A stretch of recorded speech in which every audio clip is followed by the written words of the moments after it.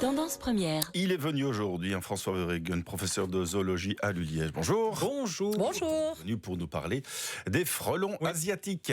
Il était une fois une princesse venue de Chine, arrivée clandestinement en Europe il y a une vingtaine d'années. Elle a fait le long trajet en bateau depuis son pays natal, caché dans une cargaison de poteries. Ce n'était certainement pas son intention d'être ainsi embarquée et emmenée loin de chez elle, et elle aurait sans doute préféré vivre sur les terres qui l'ont vue naître, d'autant qu'elle portait la vie en elle. Aussitôt débarquée près de Bordeaux, elle s'est attelée à se construire un chez elle, et où elle a pu donner naissance à ses premiers enfants qui, à leur tour, se sont installés sur les terres voisines du département de Lot-et-Garonne, puis progressivement sur tout le territoire français, avant de se rendre dans les pays limitrophes. Nous sommes aujourd'hui deux décennies plus tard, et le royaume de cette reine chinoise s'étend à présent sur plus de 25 pays d'Europe, pays européens qui, trop tard, ont commencé à lutter contre ces nouveaux envahisseurs en dépensant chaque année des sommes folles.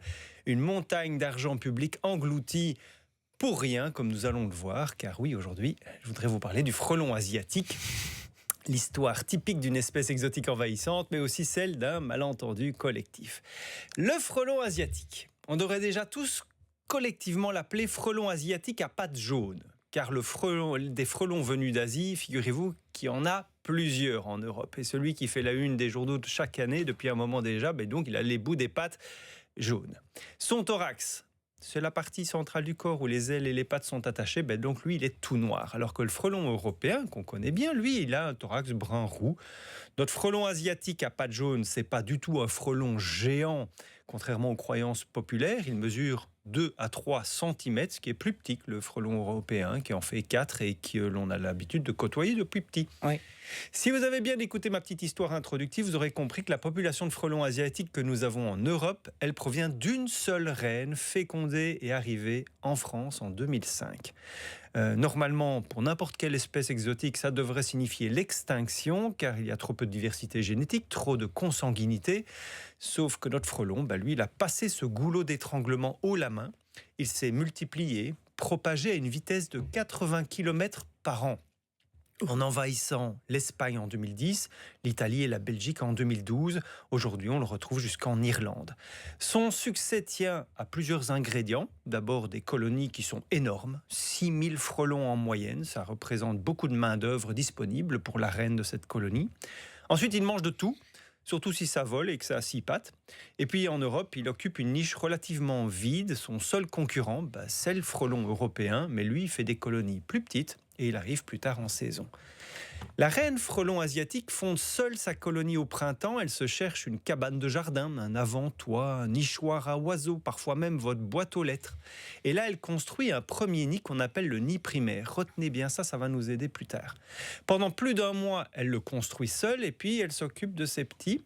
Ensuite, dès que les premières ouvrières émergent, la colonie déménage. Elle abandonne le nid primaire et là part construire un nid secondaire, beaucoup plus haut, souvent à la cime d'un arbre. On est alors fin du printemps. La colonie grossit tout l'été jusqu'à contenir donc 6-7 000 individus.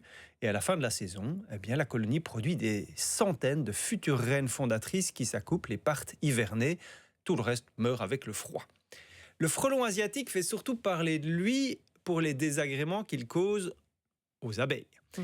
Sa technique de chasse consiste à se mettre en vol stationnaire devant la ruche, puis de fondre sur une butineuse chargée de nectar. Le frelon la mastique, la découpe, emmène une boulette de chair jusqu'à ses larves pour les nourrir. Et nos abeilles mellifères sont complètement démunies face à ce prédateur avec qui elles n'ont jamais évolué. Le frelon, dis-moi Véronique. C'est le même problème pour les abeilles sauvages ?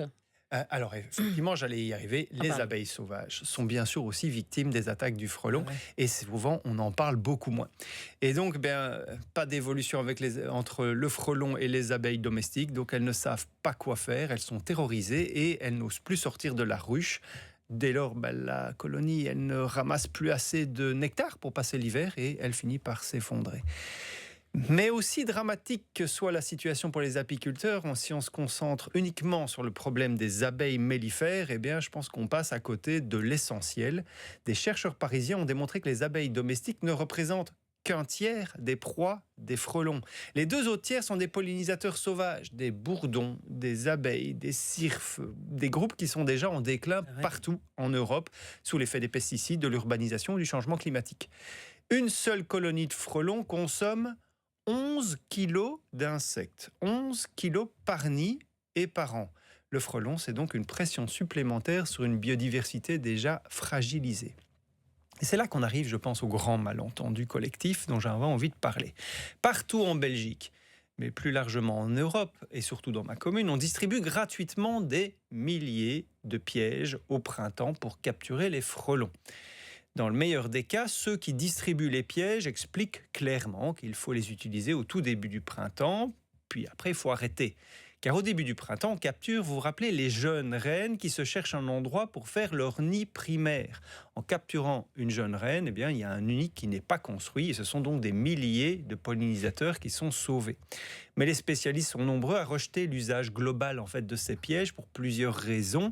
La première, c'est que ces reines que l'on va capturer subissent déjà une énorme mortalité au printemps. Donc quand vous piégez une reine en avril, vous piégez sans doute une reine qui de toute façon n'aurait jamais réussi à fonder une colonie.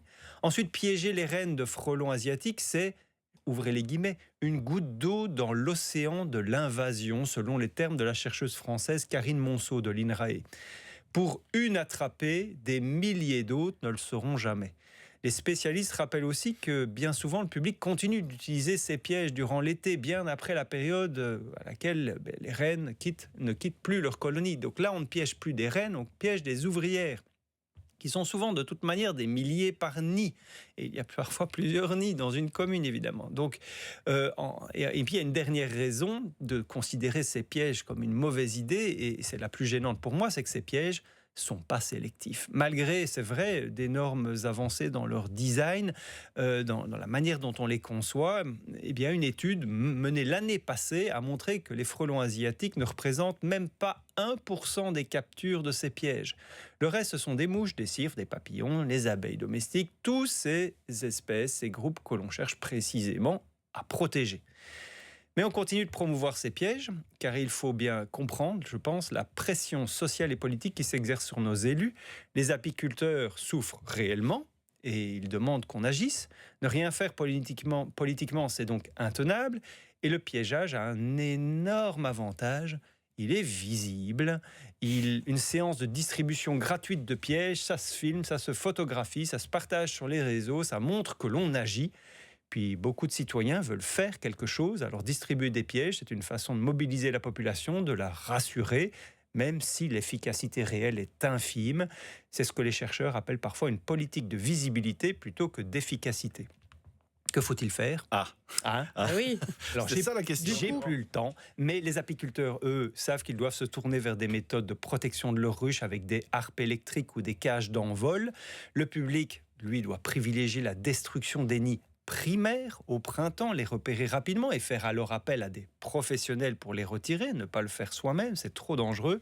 En somme, il faut agir collectivement, mais de manière plus intelligente, je pense, et surtout, nous ne nous débarrasserons jamais des frelons asiatiques. Il faut donc surtout apprendre à vivre avec eux.